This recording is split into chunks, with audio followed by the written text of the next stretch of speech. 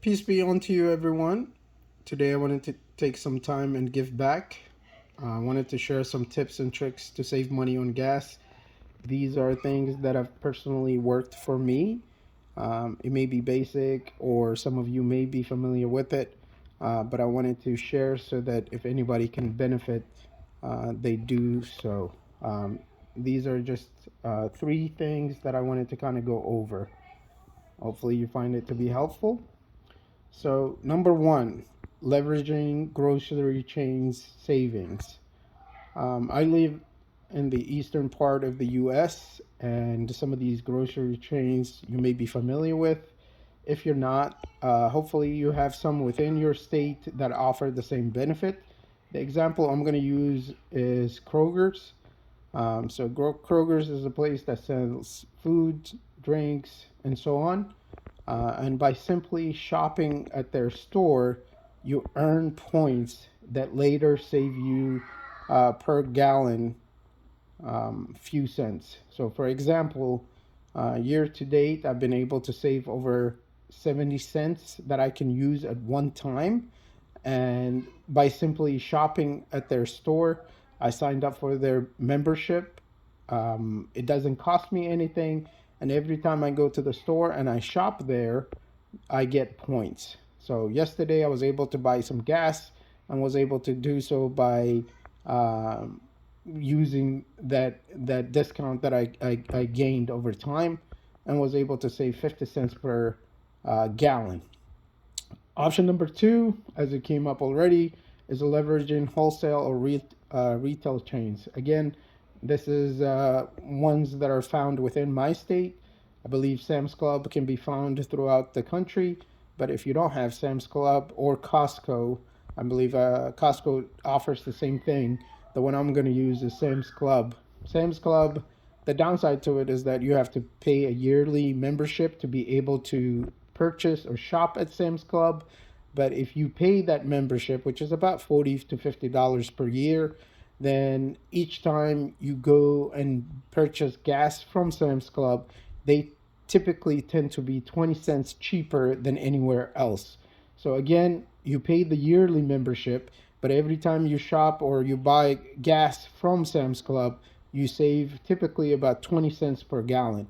The beauty about Sam's Club is if you buy the gas there or you do some additional shopping there, you accrue points that down the road could potentially pay for the membership fee.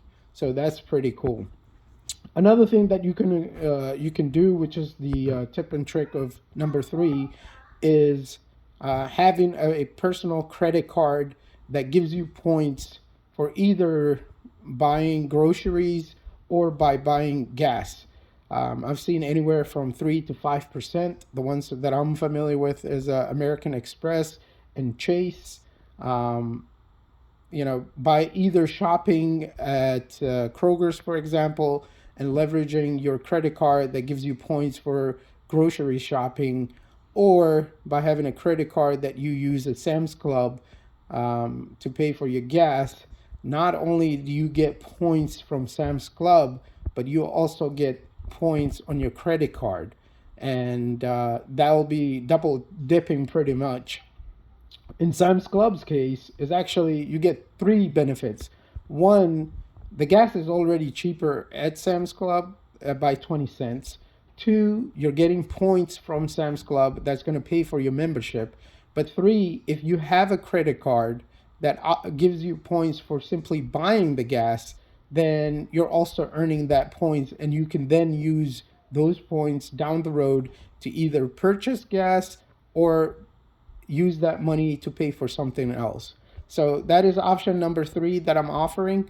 For example, if you don't want to go through one particular grocery chain to simply save on gas or earn points, or if you don't feel comfortable providing your information, or if you don't want to pay a yearly membership, then what you could do is open up these credit cards with whomever that you may qualify with, but simply using that credit card to charge or purchase what you would have already bought. So whether that be food or whether that be gas, you would only use this credit card for that purpose.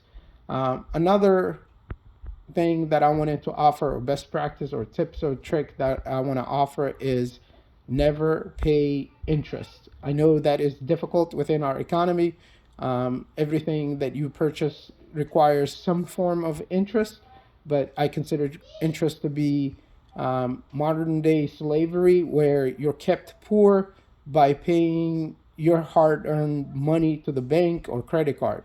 So you might ask yourself, if you can't pay interest,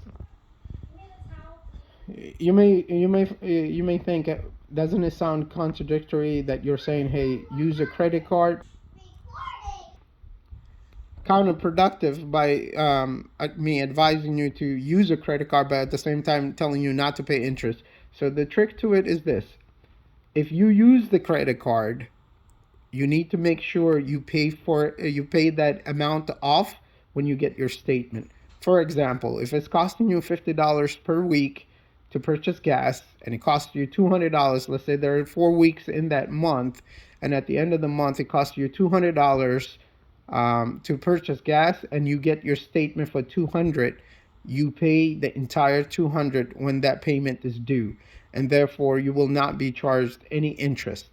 Obviously, some people may have a better credit, or may have a credit card that offers zero APR.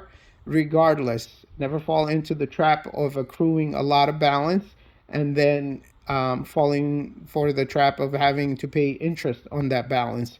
If you pay it off every month, you are simply using your income and having the expenditures that you would have had anyways, but gaining from it by gaining these points.